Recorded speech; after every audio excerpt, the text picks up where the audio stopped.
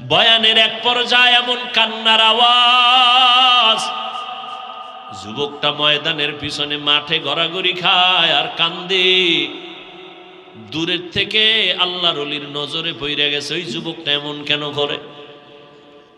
হুজুর মোনাজাত দিয়া কয় যুবকের সামনে নিয়ে আসো।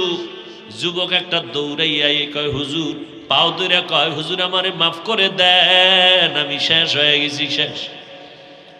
আল্লাহর ওলি বলে বাবা কেন কাঁদো?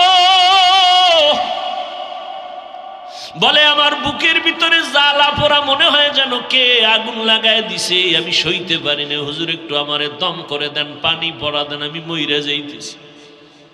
হুজুর একটু দোয়া করেন, আমি শেষ, আমি শেষ। হুজুর বলে বাবা তুই আসল কথা ক, না জানি কোনো কঠিন বেয়াদবি করছো বল। ছেলেটা কান্না করে হুজুরের পাও ধরে বলে হুজুর